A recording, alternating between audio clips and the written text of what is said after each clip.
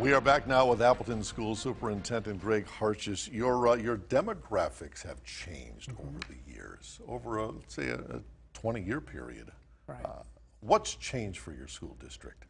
So I think the biggest thing that has changed is that our motto is we want success for every student every day. Yeah. But success looks different for our 15,200 students. So our challenges are meeting the needs of each of our students, every one of those 15,200 students. And so, 20 years ago as a district, we were primarily middle class, English-speaking Caucasian. Mm-hmm. But we now have 39% of our students are students of color, and they come from all different backgrounds. And so our challenge is to make sure that we are meeting their needs, we're helping them be successful, and connecting to their experiences, their cultures, their language.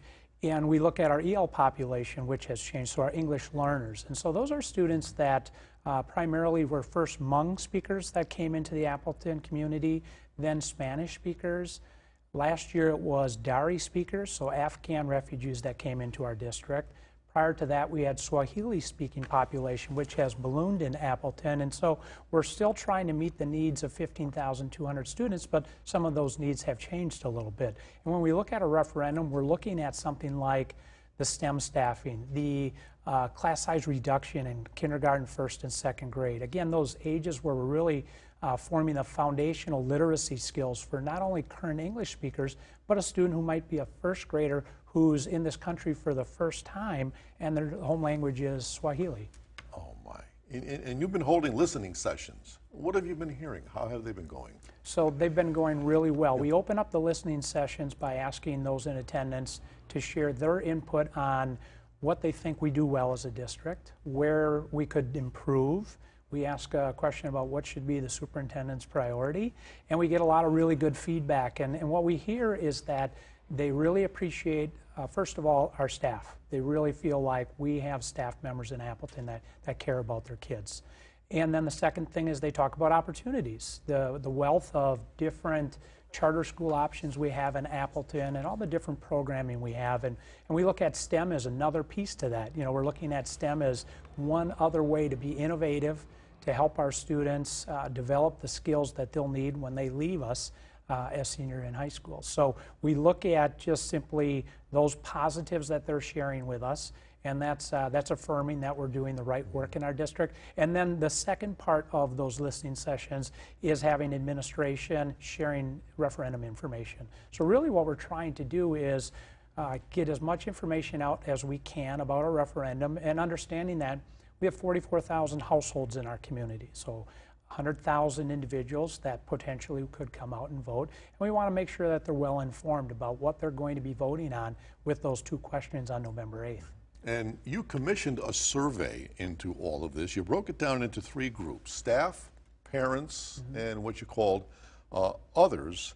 Right. You had 44,000 questionnaires go out. Correct. And you had 5,500 responses. You had to be pleased with these results because, as I understand it, you had 80% of staff saying yes, 73% of parents saying yes, and what we call others, 58%. Those are big numbers, positive numbers. Did that surprise you? It didn't surprise us because Appleton has supported us before. So it didn't surprise us in that we've passed referendums. We have a community that supports education. What did surprise us is coming out of the pandemic, the community, the district, we all were a little bit fractured. I think every community went through that during the pandemic. So that's about the only piece that we thought may show up in our survey, and it didn't. Our community again showed us that they're going to support us. We're very optimistic about November 8th simply because of the survey results that we received. Did you think this was going to be a tougher sell because of the pandemic and inflation? Yeah, absolutely. I think that many school districts are trying to rebuild trust with their community. And so, we did the best that we could with the information we had. We were educators. We were trained to educate kids, not to make medical decisions. It was a very tough time for all school districts, all families in the community. But our community really has rallied together already in this short time since the pandemic has started to subside. So we feel very good about the referendum. We feel very good about our community support. We're really excited for our future. And are you holding any more sessions? We'll have 9 more 9 more. listening sessions over the next 3 weeks. So plenty of opportunities for parents, community members, and staff members to attend a listening session. They're all listed on our webpage. So we're going to wrap up what will be 20 listening sessions here at the end of October, and hope that that's enough information sharing for our community. I've got about 30 seconds. Why should voters say yes to these 2 questions? The kids that are living in our community are our future newsmakers. They're our future doctors and plumbers and mechanics and nurses, and we need to do everything we can to provide them with the best education. The same type of education Appleton has provided our community for the last 100 years. And so that's why we have a different population than we did 20 years ago, but that population is our future. Greg Hartjes, thanks so much for being here this morning. I appreciate the time. Thank you. Thank you so much. If you've got a newsmaker in your town who you think we should have on this show, let us know about it. Send us an email to tips@wearegreenbay.com, or you can message us on Facebook. Be sure to join us once again Sunday morning. Until then, have a great day.